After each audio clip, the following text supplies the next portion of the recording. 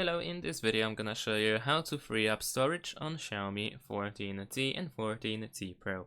In order to release some space, we need to go to the settings, then go to about phone, and then go to storage. You can tap over here in order to open the storage space information.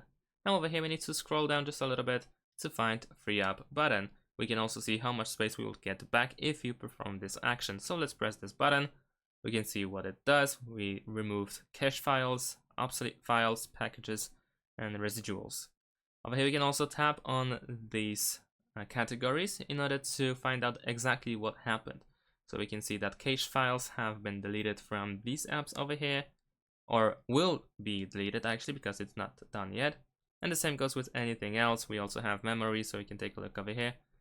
We can decide if you want to actually, for instance, clear cache for these specific apps or not. If you decide to not to include an app, then you can simply tap on this circle or this check on the right side, and once you are done with the verification, you can press clean up, and there we go, everything is now gone.